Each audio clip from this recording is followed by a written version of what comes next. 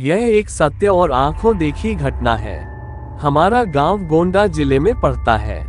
यह उस समय की बात है जब गांव में 18-19 साल की उम्र में सब लड़कों की शादी हो जाती थी। उनमें से एक मेरा मित्र रमाकांत भी है। उसकी शादी 3 साल पहले हो चुकी थी और अब उसका गौना भी आ गया था। उसकी बीवी बहुत निडर थी। इसको मैं निडर इसलिए बता रहा हूं कि उसकी निडरता एक दिन बहुत भारी पड़ गई थी। 3-4 साल पहले तक गांव की अधिकतर औरतें सुबह सुबह उठकर लोटा लेकर नित्य क्रिया के लिए कोई खेत में तो कोई खुले मैदान में जाती थी। वो भी जब गांव के पुरुष लोग सो रहे हो तब जाती थी। कुछ दिन बीत गए। दोस्तों, इससे पहले कहानी सुनाओ आपसे हाथ जोड़कर निवेदन है, प्लीज मेरे चैनल को सब्सक्राइब कर दो। दोस्तों, आपका कुछ नहीं जाएगा अगर आप मेरा चैनल सब्सक्राइब और वीडियो को लाइक कर देते हो। किसी गरीब इंसान का भला ही हो जाएगा। तो अब रमाकांत को एक सुंदर सी बेटी हुई। बेटी अभी 8 महीने की थी। उस समय उसकी बीवी सुबह सुबह अकेले उठकर खेत में चली गई और अपने सासू माँ को या फिर अपनी जेठानी को भी नहीं जगाया। वह अकेले ही चली गई क्योंकि वह तो बहुत निडर थी। लेकिन उस समय वह ना तो हाथ में चाकू और ना ही माचिस लिया।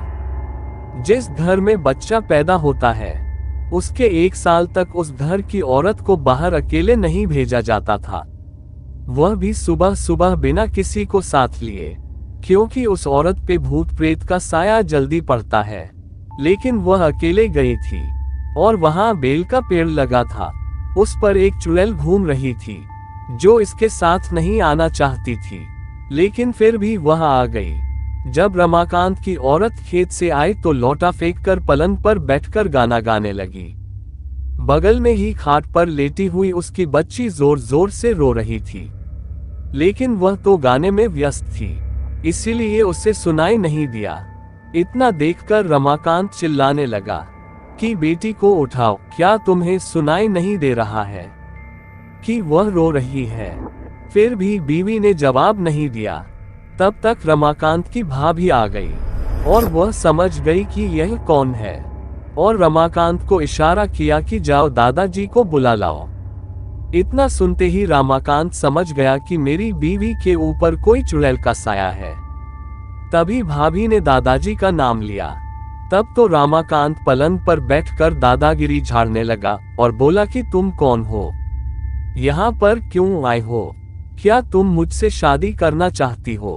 तब तक गांव की कुछ औरतें और कुछ पुरुष मजा लेने के लिए इकट्ठा हो गए।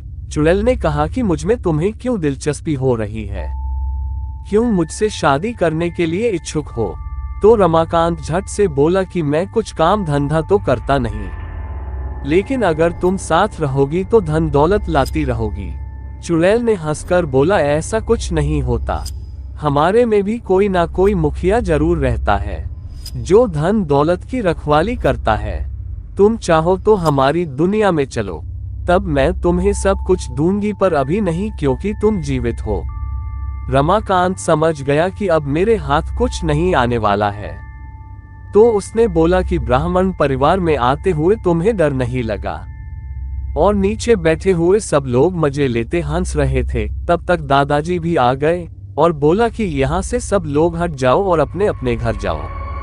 इतने में रमाकांत की बीवी भी पलंग से नीचे उतरकर सिर पर पल्लू डाल दिया और चुड़ैल भी चली गई। तब रमाकांत मन ही मन बड़बड़ाने लगा कि इनको भी अभी आना था, अगर थोड़ी देर बाद आते तो क्या पता मैं भी मालामाल हो जाता। बेचारा रमाकांत बहुत दुखी हो गया। फिर तब दादाजी ने रमाकांत की बीवी के ऊपर कुछ मंत्र पढ़े, तब से वो चुड़ैल उसकी बीवी के पास नहीं आई। दोस्तों, अगर आपको कहानी अच्छी लगी हो तो चैनल को सब्सक्राइब करें। ऐसी ही भूतिया वीडियो देखने के लिए हमारा चैनल पर विजिट कीजिए और वीडियो को लाइक और शेयर करें। Thanks for watching.